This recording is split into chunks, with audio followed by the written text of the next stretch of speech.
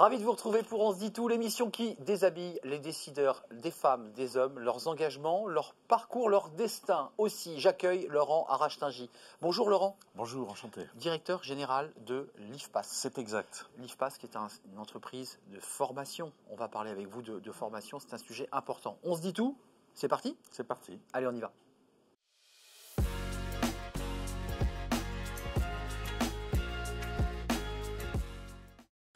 Laurent Arachtingy, merci d'être avec nous.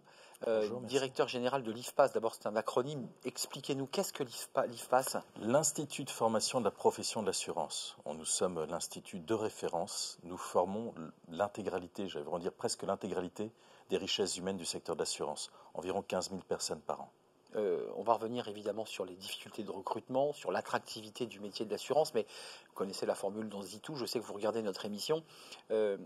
Derrière le directeur général, c'est quoi? C'est un homme qui aime le sport, qui aime la littérature, qui aime les voyages, qui aime aller dans les musées. Vous êtes qui hors IFPAS? Je suis, me semble-t-il, un homme ordinaire qui a beaucoup évolué ces dernières années, qui a beaucoup changé. Je ne sais pas si c'est la perte des cheveux et le ventre qui pousse, mais en tout cas, il y a une évolution. J'étais plutôt tourné vers moi-même et vers mon évolution professionnelle. Très individualiste au démarrage de ma carrière. Maintenant, je suis tout l'opposé depuis quelques années. Qu'est-ce qui s'est passé? Certains disent que j'ai contribué à changer l'IFPAS. Je pense que l'IFPAS a contribué à fortement me changer. Je suis essentiellement tourné vers les autres. Je pourrais vous en parler ultérieurement si vous le souhaitez. Mais tourner vers les autres, ça veut dire qu'il y a dans votre vie personnelle quelque chose qui a basculé, qui s'est transformé, il y a eu une rupture, il y a eu une prise de conscience. Qu'est-ce qui s'est passé? Une prise de conscience qu'on pouvait tous faire quelque chose en tant que dirigeant à notre niveau. Effectivement, on parle de l'émission Ces décideurs engagés. Je pense être un dirigeant engagé, notamment au travers des valeurs que nous portons, mais notre activité en elle-même, nous développons les compétences. Donc, automatiquement, on se dirige tout de suite vers les autres. Lorsque quelqu'un franchit la porte de l'IFPAS de manière virtuelle, distancielle ou présentielle, automatiquement, on est à l'écoute de cette personne et on fait tout pour contribuer à l'évolution de ses compétences. C'est quoi le livre de chevet que vous allez ouvrir ce soir avant de dormir? Votre bouquin, certainement. Faites de la promotion de mon livre à l'intérieur de notre émission. Vous avez bien raison d'ailleurs. Je rappelle que c'est un livre qui parle de Pigalle. C'est une thématique un peu particulière. Revenons à vous, à votre parcours. Vous dites finalement, dans un début de carrière, j'étais très centré, comme beaucoup d'ailleurs de cadres qui démarrent leur carrière. On veut réussir, on veut grimper les échelons. Vous avez un parcours intéressant parce que vous avez fait du DRH, vous avez été DRH, vous avez travaillé dans différents secteurs. Est-ce que vous vous épanouissez pleinement dans le secteur de la formation? Oui, semble-t-il, d'après ce que vous dites. Plus que jamais. Par rapport à tous les autres secteurs dans lesquels vous avez évolué. Plus que jamais, dans le secteur de la formation, dans le secteur de l'assurance, de la banque et la finance, puisque en fait c'est une activité sectorielle. Le secteur de l'assurance et de la banque, ce sont des secteurs qui sont extrêmement bienveillants, c'est très agréable. On a des clients, je ne dis pas ça par flagornerie, on a des clients qui sont toujours à l'écoute, donc ça vous pousse aussi à vous remettre en cause. Et puis, nous avons deux clients en quelque sorte. Nous avons l'apprenant et nous avons le client. On a les deux. Et évidemment, ça contraint à se remettre en cause. C'est vraiment ce qui m'est arrivé. La formation dans l'assurance, qui est un métier très particulier, la banque et l'assurance. Restons sur l'assurance, c'est un métier qui manque d'attractivité. On voit des patrons, des responsables d'assurance qui disent on n'arrive pas à recruter. Vous contribuez finalement à cette amélioration du recrutement, à l'attractivité de ce métier. Comment on fait pour le rendre attractif, ce métier? Alors, on y contribue fortement, compte tenu du nombre de personnes que nous formons. Vous avez raison, ce sont des secteurs qui souffrent, mais ce n'est pas le seul. Il y a beaucoup de secteurs qui souffrent. Oui. Les pépites sont difficiles à motiver. Alors, comment on contribue à cela? En portant des valeurs, très clairement. Évidemment, il y a la présence dans n'importe quel stand, n'importe quelle possibilité de pouvoir parler de notre métier, de notre profession, mais on y contribue également avec des valeurs parce qu'il me semble que les valeurs permettent l'attractivité et elles sont très fortes chez nous. Juste avant de nous quitter, quelles sont les valeurs en quelques mots? Qu'est-ce que vous portez comme valeur? Parce que vous avez quand même évoqué votre parcours personnel et une transformation. Et l'IFPAS vous aurait transformé finalement. Oui, alors les valeurs, elles sont très fortes chez nous. On en a 4. Enfin, il y a une 4e qui va arriver, qui nous tient à cœur. La première, on intervient beaucoup sur les quartiers prioritaires de la ville, notamment avec le gouvernement. Il y a des pépites dans les quartiers et il y a une forte envie d'aller les chercher. Donc on est attractif à ce niveau-là. On a des parcours spécifiques.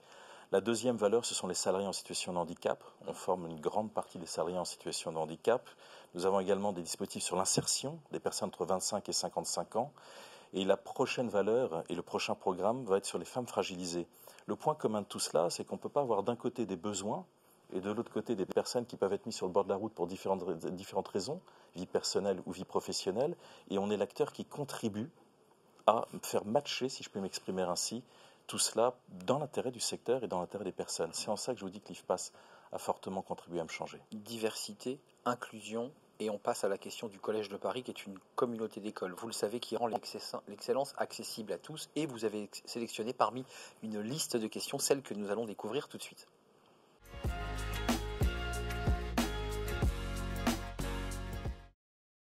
Vous avez sélectionné la question, d'ailleurs, qui est plébiscitée par les invités, l'alternance, qui est un véritable complément essentiel pour la formation et qui est l'outil majeur, hein, évidemment, pour permettre un ascenseur social. On démarre en alternant et puis on intègre ensuite en CDI et puis on progresse dans l'entreprise. Quelle est votre stratégie à l'IFPAS ? Nous formons déjà, pour information, à l'IFPAS, nous formons de Bac+1 en alternance jusqu'à des dirigeants et des administrateurs de conseil d'administration. Donc vous voyez que le panel est large. Et ça démarre effectivement par l'alternance. C'est le plus bel outil qui puisse exister en termes d'ascenseur social. J'évoquais tout à l'heure les quartiers prioritaires de la ville, par exemple. Bien sûr. Et on a de très belles réussites. On en a connu certains qui aujourd'hui sont dirigeants d'entreprise et sont des employeurs significatifs avec de fortes notoriétés. Belle histoire. Il y a des très belles histoires qui s'inscrivent chez nous et donc on forme dès le Bac+1. Et je pense, pour répondre à votre question, que c'est le meilleur outil de pré-recrutement. On a des difficultés d'attractivité.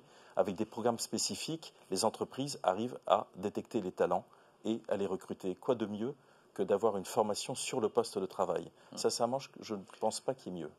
L'alternant est vraiment utile aujourd'hui dans les métiers de l'assurance. On voit qu'il y a une accélération de l'alternance dans les métiers de l'assurance, pour les questions de pénurie de salariés, de toute évidence. Oui, tout à fait. Oui. On en forme, nous, environ 1300 par an et on représente environ 40% du marché annuel, si je puis m'exprimer ainsi en termes de marché. Donc oui, c'est vraiment du pré-recrutement et la plupart restent et sont CDIsables, c'est-à-dire sont recrutés à l'issue de leur période d'alternance. Évidemment, c'est tout l'intérêt d'ailleurs de les intégrer à la sortie de cette formation. Ils ont pris les peintures de guerre de l'entreprise, ils connaissent les fonctionnements. Oui, et nous arrivons, au-delà des diplômes et des titres spécifiques, à mettre des programmes spécifiques qui permettent aux entreprises de les modeler et de leur donner la connaissance des produits et la connaissance des valeurs, de transmettre les valeurs de l'entreprise. Ils sont prêts dès la sortie de l'alternance et ils sont efficaces immédiatement. Et Laurent, ici on passait à la question d'Anjaro. Anjaro qui est la start-up qui vous aide à mieux gérer d'une manière plus agile vos remplacements lorsqu'il y a des questions de sous-effectifs. C'est une question importante. Question d'Anjaro, c'est tout de suite.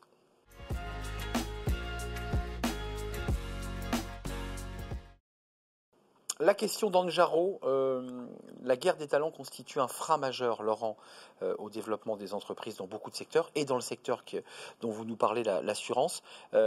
Comment l'engagement social et sociétal des entreprises, justement, peuvent constituer des leviers d'attractivité, et ça renvoie à la marque employeur, évidemment. Alors, c'est une question essentielle. Pour que cela marche, oui, il faut des valeurs, ça contribue à l'attractivité. Comment se différencier? C'est effectivement la question de la marque employeur. D'ailleurs, nous avons des prestations de développement de marque employeur également chez nous. Comment se différencier avec les valeurs? Mais j'ajouterai une chose extrêmement importante. Si ces valeurs ne sont pas portées par les dirigeants, voire le dirigeant, ce n'est que du marketing et le candidat s'en rend compte très rapidement. Donc il faut que le dirigeant incarne ces valeurs. Ça me paraît primordial. Et à ce moment-là, il y a de l'attractivité. On suit un leader.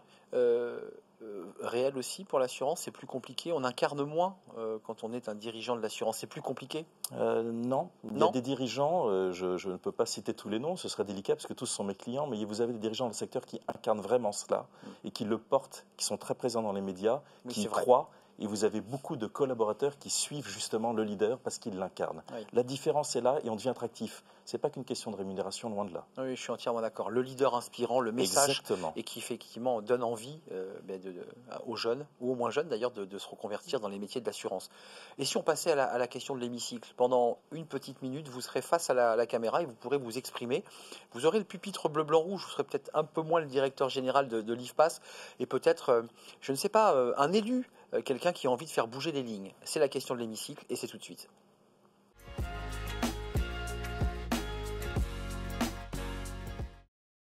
Laurent Ratchingui, une question, une réforme, une proposition. Vous avez une minute face caméra pour vous exprimer et c'est la question de l'hémicycle. Si je pouvais faire une proposition, ce serait très clairement me préoccuper de la formation, mais dès la petite enfance. Il y a une réforme du baccalauréat. Sincèrement, je ne l'ai pas trop comprise quant à son intérêt. Par contre, se préoccuper de la petite enfance et donner toutes les chances, là, cette fois-ci, à l'école publique, et se préoccuper de compétences telles l'informatique, le codage, toutes ces compétences essentielles aujourd'hui, mais il n'y a pas que ça, les langues, ça serait une réforme qui serait passionnante, mais qui s'inscrit automatiquement dans le temps et malheureusement résonne trop court-termiste. Et là, ce serait une réforme qui dépasserait un mandat présidentiel. Là, je m'impliquerai fortement. Merci Laurent Ratchinguy. Au-delà des frontières de l'IFPAS, puisque vous évoquez des formations dès la petite enfance, parce qu'en fait la réussite, c'est ce que vous nous dites implicitement, démarre, où les échecs se construisent dès la petite enfance. Exactement, et je pense que c'est une préoccupation première. Oui. C'est un plaisir de partager ce moment avec vous et la passion que vous incarnez pour porter cette passion des métiers de l'assurance et de la banque, directeur général de l'IFPAS. Combien de collaborateurs au total, rappelez-le-nous? 1450 vacataires, 130 permanents. 130 permanents. Merci beaucoup. C'est la fin de notre émission, c'est la fin d'On se dit tout. Merci à vous, merci pour votre fidélité, merci pour vos réactions. Et puis je vous dis à très très très bientôt pour un nouveau numéro d'On se dit tout. Décideurs engagés, l'émission TV de l'Hémicycle animée par Arnaud Ardouin qui déshabille les décideurs, qui nous permet d'appréhender ce qui chaque jour leur donne envie de se battre et de réussir.